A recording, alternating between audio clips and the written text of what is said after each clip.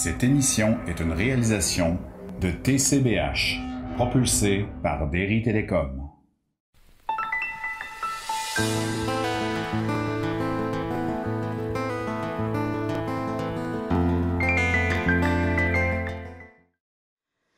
Bonjour et bienvenue pour cette rencontre sur toujours l'Alliance oubliée, la Bible revisitée.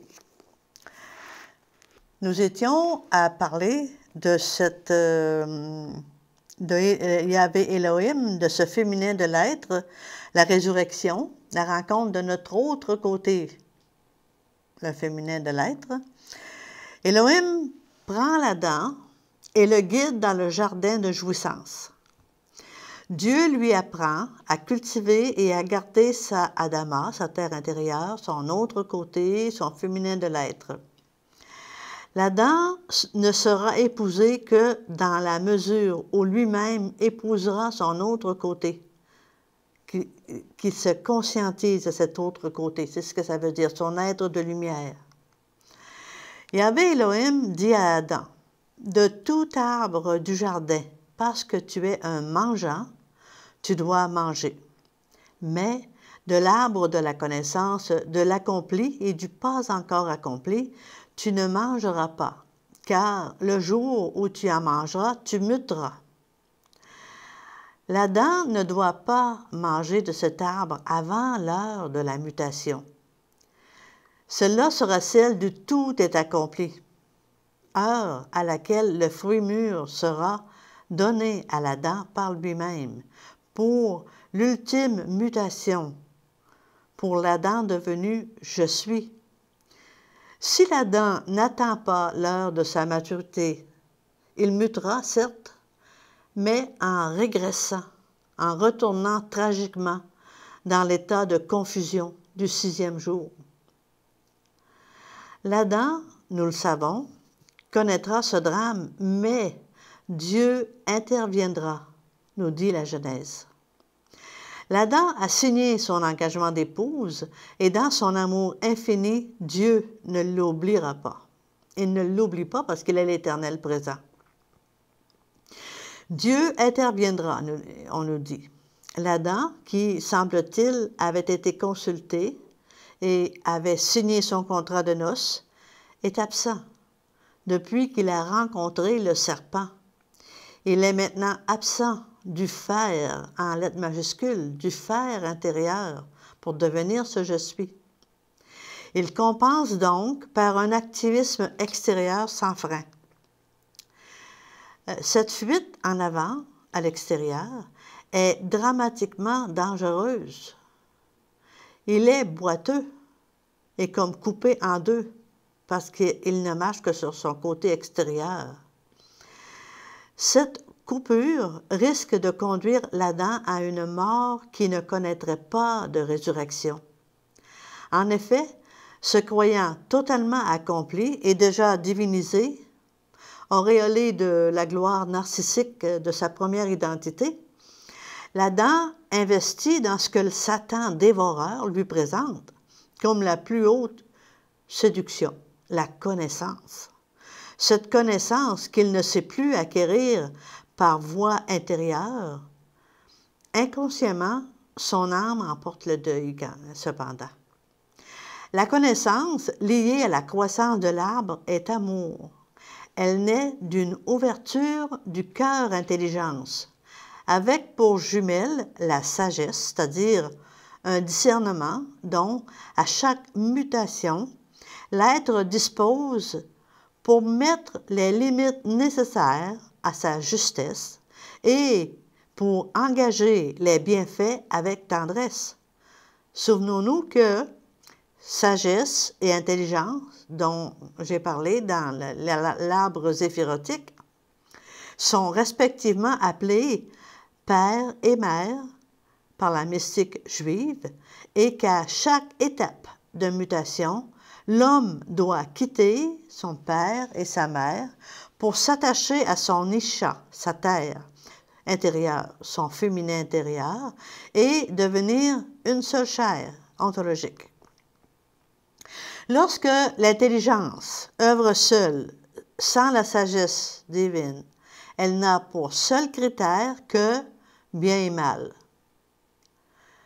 Parvenue au cœur de l'atome, au cœur du génome, au cœur même du principe de la vie, l'Adam se croit maître de la vie. Sans trop comprendre, il s'en va à sa perte, mais Dieu va intervenir. On nous dit dans la Genèse. Cela est dit dans l'Écriture sainte. Et maintenant, c'est écrit comme ça, de peur qu'il avance sa main, qu'il prenne l'arbre de vie et qu'il vive pour toujours dans l'existentiel, l'exil, sans espoir donc de résurrection. Dieu va l'arrêter. L'expression « avancer sa main » peut être traduite par « renvoyer son yod », c'est-à-dire son « je suis ». C'est la similarité entre la main, qui est le yad, et le « je suis », qui est le yod. Mystérieux, ce dernier chapitre de l'Exil. N'est-il pas à rapprocher du non moins mystérieux évangile où le Christ dit « Quiconque aura parlé contre le Fils de l'homme, il lui sera pardonné. Mais si l'on parle contre le Saint-Esprit, il n'y aura pas de pardon, ni dans ce monde, ni dans le monde à venir. » Vous avez ça dans Matthieu 12, 32.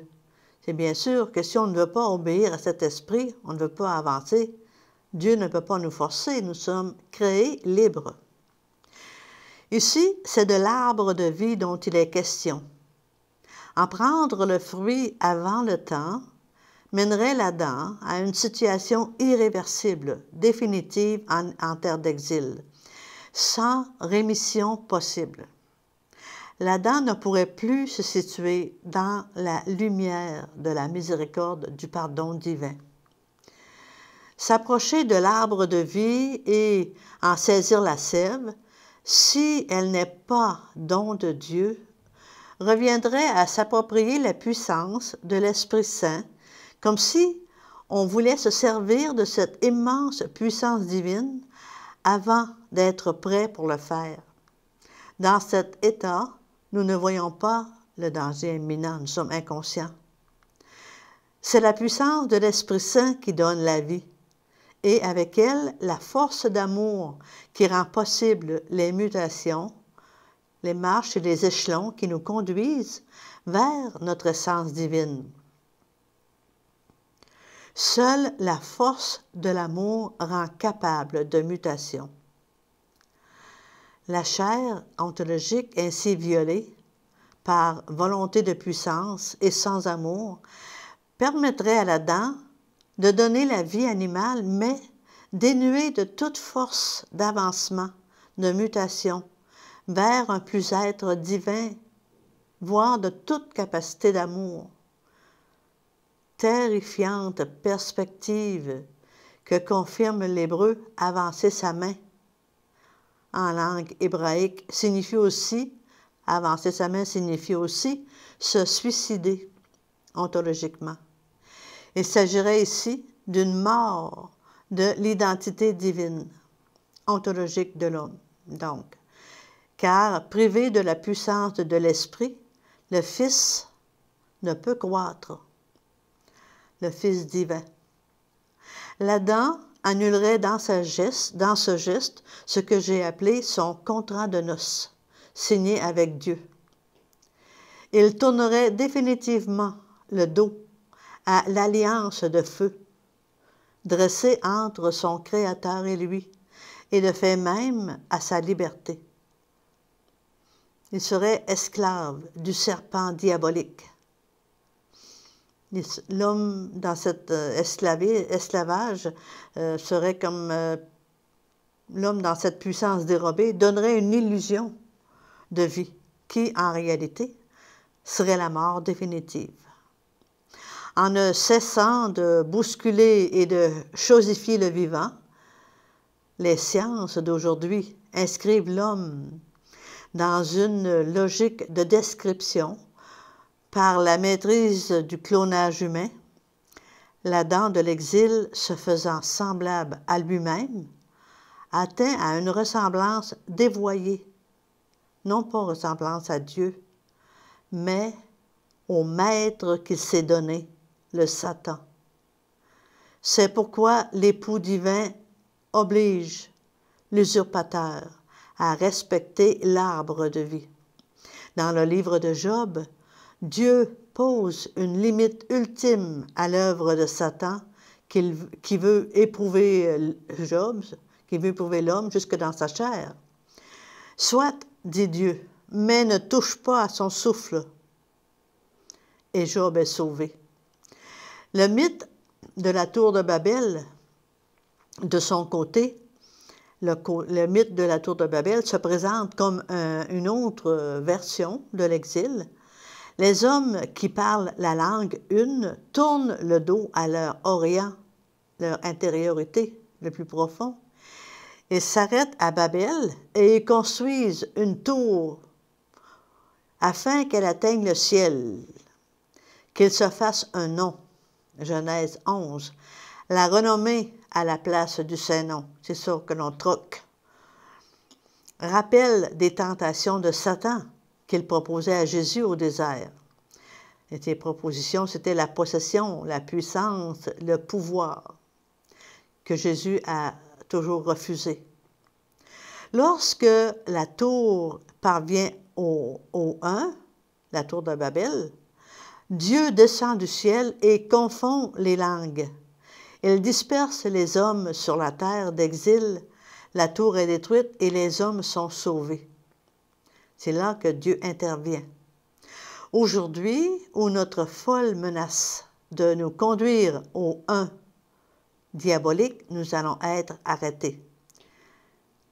Ce que nous vivons comme pandémie, c'est un petit peu une façon, je dirais comme un cadeau du ciel pour nous arrêter, pour nous empêcher d'aller se détruire. Par le Christ, le salut est conduit au Golgotha, dans l'amour infini de l'époux qui n'a jamais cessé de nous aimer.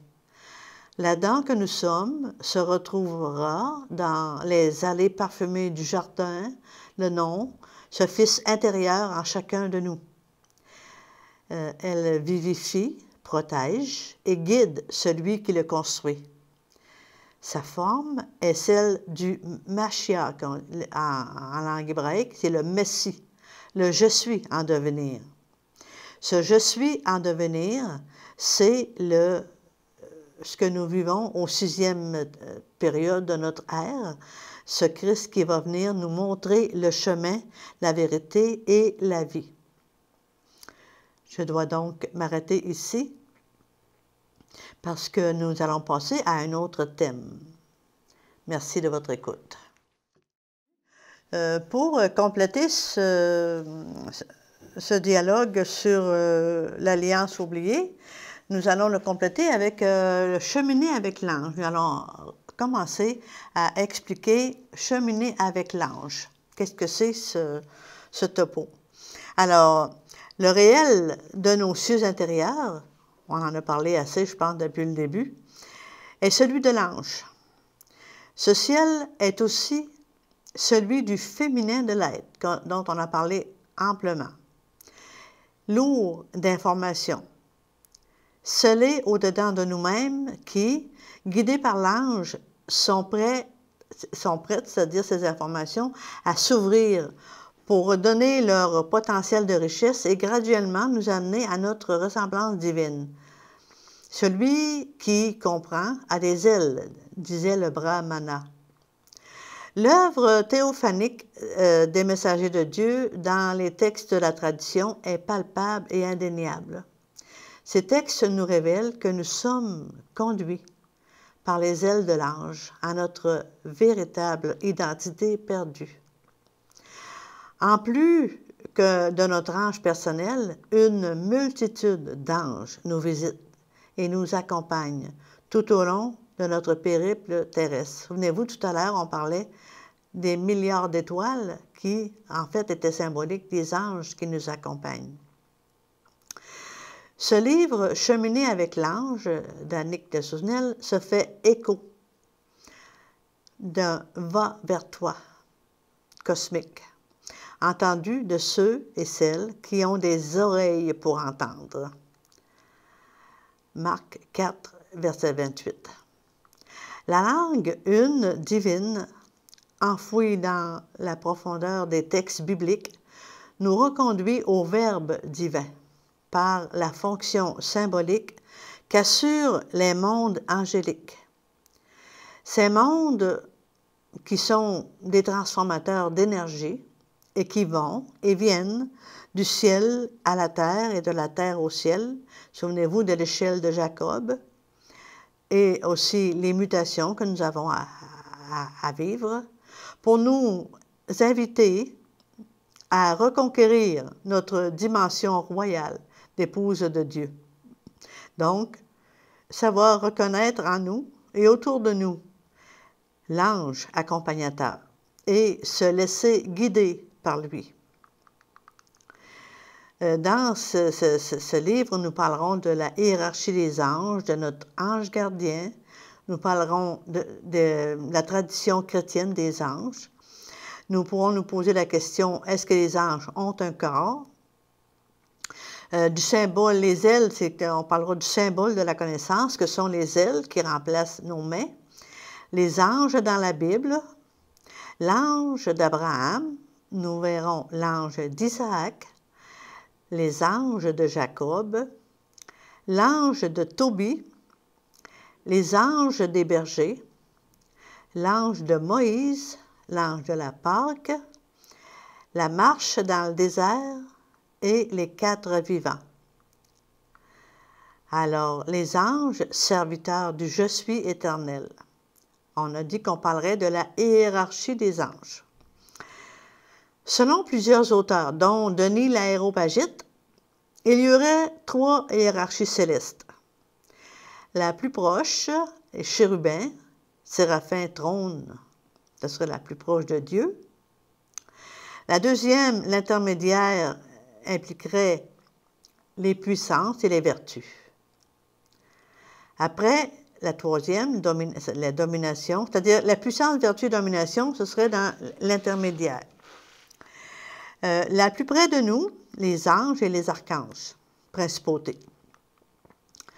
Notre ange gardien, chaque catégorie d'ange a une fonction propre, de même que chaque personne est liée à un ange personnel. Notre ange gardien, cet ange, est lié à la garde du nom que chacun doit devenir. Les anges viennent à nous pour nous accompagner dans ces passages de l'épais au subtil, pour nous conscientiser. L'épais au subtil, ça veut dire nous faire sortir de l'apparence, du cachet, et aller au plus loin, l'utile et l'inutile et l'utile pour notre devenir céleste. Il va nous faire comprendre la différence. L'ange nous aidera dans tous les dévoilements successifs qui sont revêtements de l'ange pour nous guider sur le chemin subtil de la lumière vers Dieu. Ainsi que les 3 mages de l'Évangile, venus visiter l'enfant de la crèche, nous serons capables de voir la différence entre les biens terrestres et les biens célestes. Comme eux, nous déposerons or, encens et myrrhe, c'est-à-dire jouissance, possession et la jouissance, aux pieds de l'Éternel, comme l'a fait le Christ dans le désert. L'ange dans la tradition chrétienne. Les anges sont là, avec nous. Alors pourquoi ne les voyons-nous pas? Ils distribuent le feu divin. Notre monde serait brûlé si les anges ne le cachaient pas leur incandescence. Derrière la présence, l'absence, c'est-à-dire l'apparence de toute chose. Les anges sont là avec nous. Alors pourquoi ne les voyons-nous pas? C'est parce qu'ils distribuent le feu divin, notre monde serait brûlé si les anges ne cachaient pas leur incandescence derrière l'apparence de toute chose. Et toute chose contient ce feu. Mais les yeux de notre état d'exil doivent passer par l'imaginal pour les voir. On raconte qu'un jour, un saint qui était en train de prier vit apparaître 2 beaux anges en face de lui. Il leur demanda « Mais qui êtes-vous? » Les anges lui dirent « Nous sommes les 2 larmes que tu as versées hier quand tu priais sincèrement. » S'ils chantent la liturgie céleste, les anges se font aussi nos serviteurs pour nous amener à conquérir cette plus haute dimension de nous-mêmes, de ciel en ciel, de descente dans nos ténèbres et de nous remonter dans la lumière, dans nos mutations, jusqu'à atteindre la plénitude de notre être, la couronne nuptiale. Dans cette marche nuptiale, les anges nous saoulent et nous grisent de lumière. Quelle vocation! Cette vocation de plénitude est contenue dans le nom hébreu de l'ange Mélak, ce qui veut dire « plénitude de toi ». Peut-être peut-on lire encore « Ô homme en exil, qui ne connaît de toi que la surface de ton être », semble nous dire l'ange. Va vers toi, outre du vin céleste que tu ne sais pas boire. Apprends à t'enivrer de la royauté que je suis chargé de te transmettre. Car le nom de l'ange révèle aussi en lui la présence de la royauté divine Melchisédek. L'armée angélique se déploie au service de l'épée divine, le Saint-Nom. Cette armée combat également au cœur de la forge royale de notre être, la matrice de feu, pour faire de nous l'œuvre d'art aimantée de beauté. Maintenant, on a dit, les anges ont-ils un corps? Les anges ont une certaine corporéité et l'on a peut-être raison de les représenter dans l'art iconographique avec un corps semblable à celui de l'homme, ou plutôt semblable à la forme divine, archétype du corps humain, et de celui de toute créature appelée à construire l'humain. Que les anges apparaissent sous une forme humaine ne veut bien entendu pas dire qu'ils soient hommes, mais cela signifie qu'ils leur sont figurés. C'est Bulgakov qui disait ça. Le corps des anges est représenté le plus souvent avec des ailes qui sont comme le prolongement des poumons qui eux-mêmes symbolisent les espaces de connaissance que l'esprit en l'homme est appelé à conquérir. Lorsque l'homme, dans sa montée vers l'être, conquiert ces mêmes espaces, il est alors symboliquement muni d'ailes. L'aile est protection. Garde-moi, protège-moi à l'ombre de tes ailes, nous dit le psaume 16 au verset 8. Il l'a porté sur des ailes d'aigle pour l'amener vers lui, que l'on retrouve dans Exode 19, verset 4. Les ailes sont donc symboles de connaissance, comme nos mains. Celui qui comprend a des ailes, dit le Brahmana. Ce sont les ailes de la joie qui font participer l'homme des espaces célestes.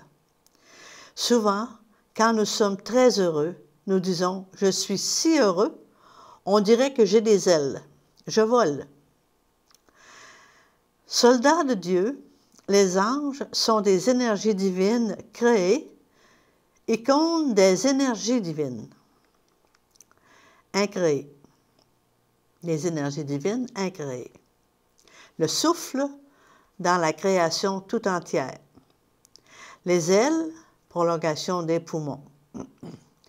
Les ailes dans la Bible, c'est au 3e chapitre de la Genèse que l'on parle pour la première fois des anges de Dieu en mentionnant que ce sont les chérubins qui sont les gardiens du Jardin d'Éden. Les chérubins, ce sont eux qui sont représentés avec des yeux pleins de leurs ailes, et c'est une image extrêmement forte, car elles sont liées à l'épée. Et l'épée, c'est le Saint-Nom Yahvé, que tout homme que nous sommes doit devenir. Les chérubins sont les gardiens du Saint-Nom, savoir du Jardin d'Éden. OK? Nous ne pouvons entrer dans ce Jardin d'Éden sans être devenu notre nom. Nous l'avons dit plus haut. Raison donc de nos mutations. L'homme doit donc se reconnecter à son féminin intérieur pour vivre son parcours vers la ressemblance, vers notre splendeur éternelle. Quand nous sommes en exil et que nous ne retournons pas à notre intériorité, nous sommes coupés en deux. Nous sommes aussi coupés de ce monde angélique. Le chérubin garde donc l'entrée du Jardin d'Éden en nous, non pas comme une punition, mais pour notre protection. Parce que si en arrivant à ce jardin, l'homme n'a pas fait le travail de transformation qu'il devait faire, et donc n'est pas devenu ce fruit qu'il devrait être, pourrait être brûlé. L'ange est toujours là pour intervenir et transmettre le pouvoir divin. Donc, à la prochaine rencontre, nous parlerons des anges de la Bible. Nous commencerons par l'ange d'Abraham, nous verrons l'ange de Jacob, l'ange d'Isaac. Nous verrons qu'est-ce qu'ils nous apportent de connaissances, ces anges de la Bible. Merci pour votre écoute et nous nous verrons une prochaine fois, j'espère. Au revoir.